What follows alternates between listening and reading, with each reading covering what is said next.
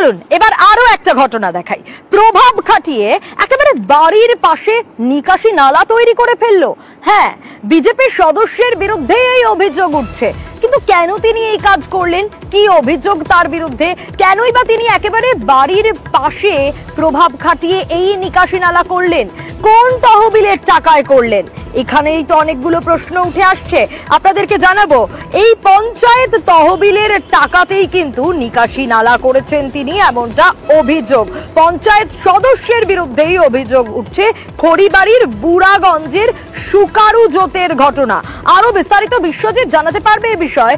বিশ্বজিৎ, পঞ্চায়েতের তহবিলের টাকা নিয়ে প্রভাব খাটিয়ে বিজেপির পঞ্চায়েত সদস্য একেবারে বাড়ির পাশে নিকাশি নালা করে ফেললেন, কেন করলেন? এখন নিশ্চয়ই তাকে জিজ্ঞেস করা হয়েছে, তার যুক্তি কি, স্বীকার করেছেন আদৌ? দেখো, তিনি এক কথায় স্বীকার করেছেন যে তিনি বাড়ির পাশে প্রায় 20 মিটারের মতো নিকাশি নালা করেছেন, কিন্তু তার একটাই দাবি যে 80 মিটার যে নিকাশি নালা করা হয়েছে, যা শিডিউল রয়েছে সেই শিডিউল অনুযায়ী তিনি কাজ করেছেন। বাকি 20 মিটার অর্থাৎ 60-80 মিটার টোটাল এই নিকাশি নালার কাজ আসে।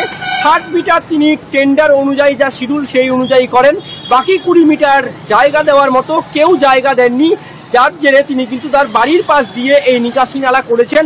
এ ধরনের কিন্তু যুক্তি দিচ্ছেন এই বিজেপির পঞ্চায়েত সদস্য। তবে গোটা ঘটনায় ক্ষিপ্ত হয়েছেন গ্রামবাসীরা।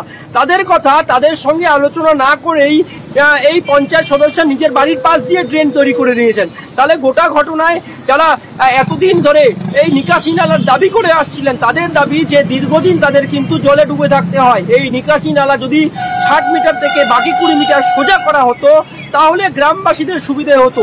তা না করে নিজের প্রভাব খাটিয়ে এই পঞ্চায়েত সদস্য নিজের বাড়ির পাশ দিয়ে এই 20 মিটার নিকাশি নালা করেছেন বলে অভিযোগ। তবে তিনি গোটা ঘটনায় মিথ্যা বলছেন। তিনি টেন্ডার অনুযায়ী কাজ করেছেন, শিডিউল অনুযায়ী কাজ করেছেন।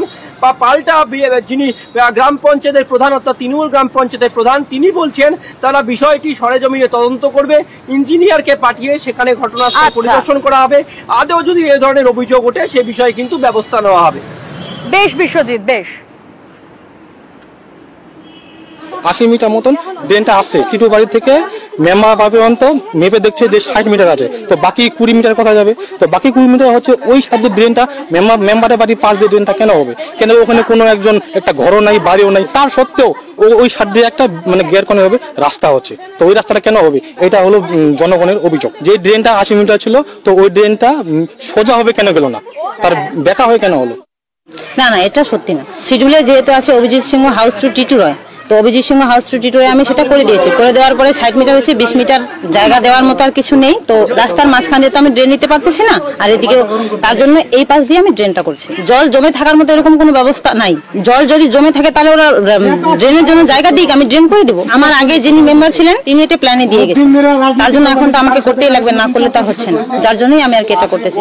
অফিস থেকে কাজটা ধরা হয়েছিল, সেই সিস্টেমে কাজটা হচ্ছিল, সেটা ব্যক্তিগতভাবে কোনো দিকে যাচ্ছে বা কিছু এরকম কোনো অভিযোগ আমাদের অফিসে এখনো আসেনি। যেহেতু আমি জানতে পারলাম, আমি এনএসকে পাঠাবো, তদন্ত করে আসবেন, তারপর সেরকম ব্যবস্থা নেওয়া হবে। আমাদের শিডিউল অনুযায়ী কাজ করানোর কথা বলা হয়েছে কন্ট্রাক্টরকে, যে শিডিউল আছে সেভাবেই কাজ করা হবে। যদি সেরকম হয়ে থাকে কেন হয়েছে সে বিষয়টা আমরা খতিয়ে দেখব।